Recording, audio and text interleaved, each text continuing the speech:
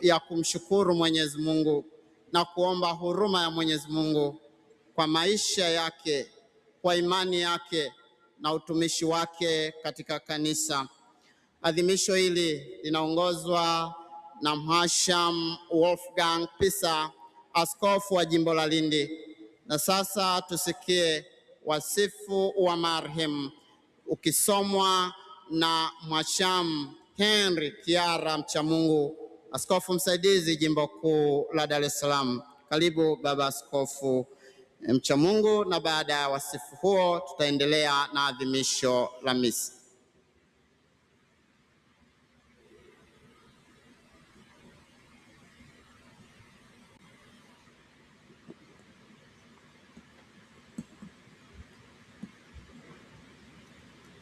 Wasifu wa hayati Mwadhama Polycarp Kardinali Pengo.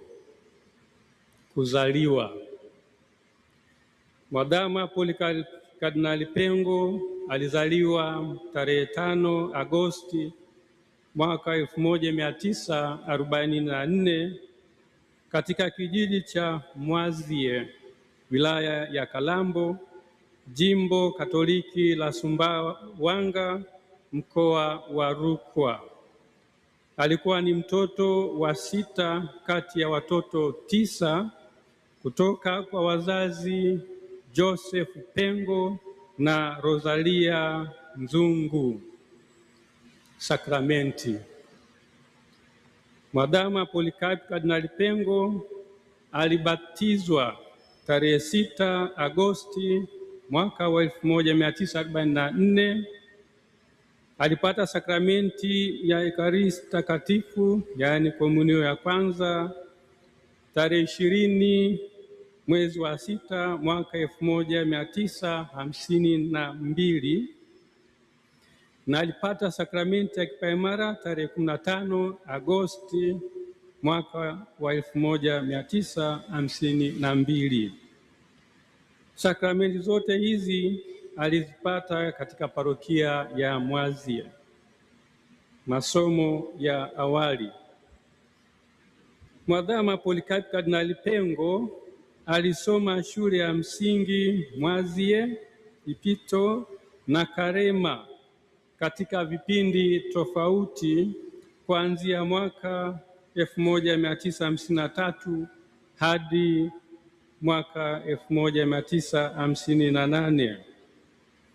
Alijiunga na seminari ndogo ya Mtakatifu Yosefu Kaengesa iliyopo Sumbawanga kuanzia mwaka 1959 hadi 1964. Masomo ya upadri.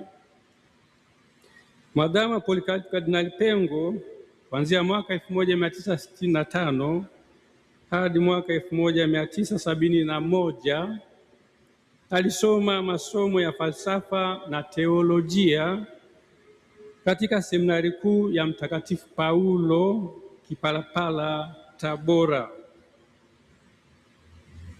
Daraja na upadri. Mwadhama Polycarp Kardinali Pengo alipewa daraja takatifu ya ushemasi tarehe 9 Desemba mwaka 1970 na Mhashamu Askofu Karoli Msakila, na tarehe 20 mwezi wa 6 mwaka 1971 alipewa daraja takatifu ya upadri na askofu huyo huyo katika kanisa kuu la Epifania Sumbawanga. Kuanzia mwaka 1971 hadi 1973 alikuwa katibu wa askofu wa jimbo la Sumbawanga. Mwaka 1973 Baraza la Maaskofu Katoliki Tanzania TEC liliandaa mpango kabambe wa kuwapeleka mapadri vijana hodari kwenda kusoma Roma. Hivyo yeye alikuwa miongoni mwa hao mapadri na alienda kusoma katika chuo kikuu cha kipapa cha Lateran Kitivo cha Teolojia Maadili Alfonsianum kuanzia mwaka 1973-1977 maadili. Kisha alirudi nchini na kuwa mwalimu na mlezi katika seminari kuu ya Mtakatifu Paulo Kipalapala mwaka huo huo wa 1977, na baadaye aliteuliwa kuwa gombera wa kwanza wa seminari kuu ya Mtakatifu Karoli Lwanga Segerea na kuhudumu kuanzia mwaka 1978 hadi mwaka 1983 daraja ya waskofu na kusimikwa kuwa kardinali. Mwadhama Polycarp Kardinali Pengo alipewa daraja ya waskofu na Baba Mtakatifu Yohani Paulo wa Pili tarehe 6 mwezi Januari mwaka 1984 katika Basilika ya Mtakatifu Petro mjini Vatican, Roma, na kuwa askofu wa jimbo la Nachingwea. Tarehe 17 Oktoba 1986 alitangazwa kuwa askofu wa jimbo jipya la Tunduru Masasi, na alisimikwa rasmi kuwa askofu wa jimbo hilo tarehe 12 Februari mwaka 1987. Tarehe 22 Januari mwaka 1990 Papa Yohane Paulo wa Pili alimtangaza kuwa askofu mkuu mwandamizi wa jimbo kuu la Dar es Salaam mwenye haki ya kurithi jimbo. Na tarehe 22 Julai mwaka 1992 alianza kuliongoza jimbo kuu la Dar es Salaam baada ya kustaafu kwa hayati Mwadhama Laurian Kardinali Rugambwa. Aliwekwa kuwa kardinali mnamo tarehe 22 Februari mwaka 1998 na Baba Mtakatifu Yohane Paulo wa Pili. Mnamo mwaka wa 2007 alichaguliwa kuwa rais wa shirikisho la mabaraza ya maaskofu wa nchi za Afrika na Madagascar, SECAM. Kazi hiyo aliifanya hadi mwaka wa 2013.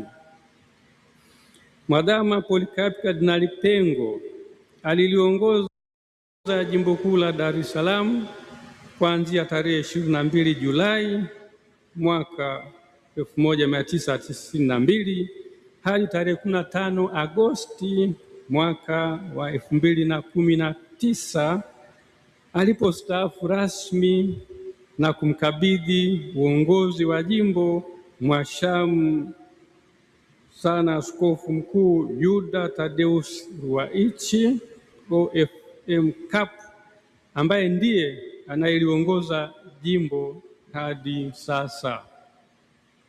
Ugonjwa na kifo. Mwadhama Polycarp Kardinali Pengo amekuwa akisumbuliwa na maradhi ya mgongo na moyo kwa muda mrefu. Ametibiwa hapa nchini na nchi nyingine zikiwemo Ujerumani, India na Marekani. Matatizo ya kiafya ya mara ya mwisho yaliongezeka na kugundulika zaidi kuanzia Novemba mwaka wa 2025. Alianza matibabu mara moja hapa nchini na kisha kwenda nchini India tarehe 27 Desemba mwaka wa 2025. Alifariki tarehe 19 Februari 2026 saa 4 usiku kwa maradhi ya moyo, muda mfupi baada ya kurudi kutoka nchini India alikokuwa akipata matibabu. Shukrani.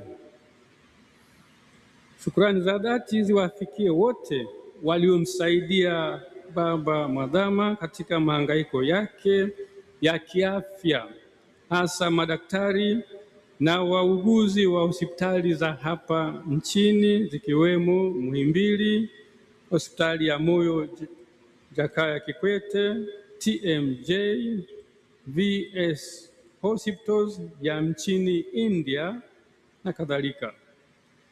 Na kwa namna ya pekee shukurani ziwafikie madaktari wake Profesa Mohamed Janabi, Dr. Peter Kisenge, Dr. Kapiteni Lusangulira na Dr. Vijay Guru wa India na Profesa Hartley wa Weill Cornell ya New York, Marekani. Shukrani pia ziwaendee wauguzi ambao kwa vipindi mbalimbali walihudumia afya ya Baba Mwadhama. Sister Dr. Grace Kagaruki, Sister Dr. Gneta Shonela, Sister Anselmina Mtumbuka, Sister Bernadetta Mkalole, Sister Immaculata Dimoso na Nurse Oliva Marandu, bila kumsahau kwa namna ya pekee msaidizi wake wa karibu Padre Frank Mtavangu. Pia shukrani za pekee ziwaende mapadri wa MMI na masista wa DMI ambao wamekuwa wenyeji wake kwa nyakati mbalimbali akiwa nchini India kwa matibabu, kwani walimjali mno na kuwa faraja katika mahangaiko yake. Shukrani nyingine ziwaendee wote waliomsaidia kwa hali na mali, kumfariji, kumtia moyo na kumuombea katika kipindi chote cha mahangaiko ya kiafya. Pia tunaishukuru serikali ya Tanzania kwa kushughulikia upatikanaji wa air ambulance iliyomsafirisha kutoka India hadi hapa Dar es Salaam. Tutamkumbuka Mwadhama Polycarp Kardinali Pengo kwa yafuatayo: moja, moyo wa ibada na sala, hasa kwa Ekaristi Takatifu ambapo alipenda kushinda na Yesu mara nyingi. Pia mapenzi yake kwa Mama Bikira Maria, kwani alipenda mno kusali rozari mtakatifu. Mbili, alikuwa mnyenyekevu mno na kulipenda jimbo kiasi cha kujitoa sadaka kubwa kwa ajili yake. Tatu, aliishi maisha ya kifukara na kupenda kabisa kujilimbikizia mali, maana kila alichokipata alikitoa kwa kanisa. Kwa mfano, baada ya kustaafu alichopewa kama zawadi alikitoa mara moja kwa miradi ya kanisa, tena hata nje ya jimbo kuu la Dar es Salaam. Nne, aliupenda mno na kuheshimu padri wake. Tano, alikuwa na nidhamu binafsi ya pekee, hasa katika kusali, kuheshimu muda na kufanya kazi kwa bidii. Sita, alijiepusha na upendeleo wowote wa binafsi na kuwahudumia watu wote bila kujali asili yao. Saba, alipenda daima kusimamia ukweli, haki na amani, maadili, na alikuwa na msimamo kwa vitu vya msingi. Nane, alipenda sana watoto na hivyo daima alisimama na utume wa utoto mtakatifu. Tisa, alibuni utaratibu mzuri wa kutegemeza baadhi ya taasisi za jimbo kwa kutumia vyama vya kitume, mfano kuwafanya UWAKA kutegemeza shirika la masista wa dada wadogo na kuendeleza kituo cha hija Pugu, WAWATA kutegemeza seminari ndogo ya Mtakatifu Maria Visiga, Utoto Mtakatifu kuinjilisha Mafia, Moyo Mtakatifu wa Yesu kuwaombea waseminari wadogo na wakubwa, JUAMA Jumuiya ya Wazazi wa Mafrateri kutegemeza mafrateri na kadhalika. 10. Alibuni utaratibu wa parokia kuchangia kusomesha mafrateri kwa njia ya sadaka ya misa siku ya kipaimara. 11. Alibuni utaratibu mzuri wa kulitegemeza jimbo kwa ujumla kwa kuanzisha tegemeza jimbo mwaka 1994 na hivyo kulifanya kanisa lisiwe omba na lishiriki vyema kazi ya uinjilishaji kwa majitoleo yake lenyewe na kwa kuwezeshwa na baraka za Mungu. 12. Alipigania sana ustawi wa kanisa kiasi cha kuanzisha parokia nyingi na taasisi na vyama vya kitume vingi jimboni. 13. Alikuwa mcheshi na mchangamfu aliyekubali utani kwa wageni na kudumisha urafiki. Bwana alitoa na Bwana ametwaa, jina la Bwana libarikiwe. Raha ya milele umpe Bwana, apumzike kwa amani.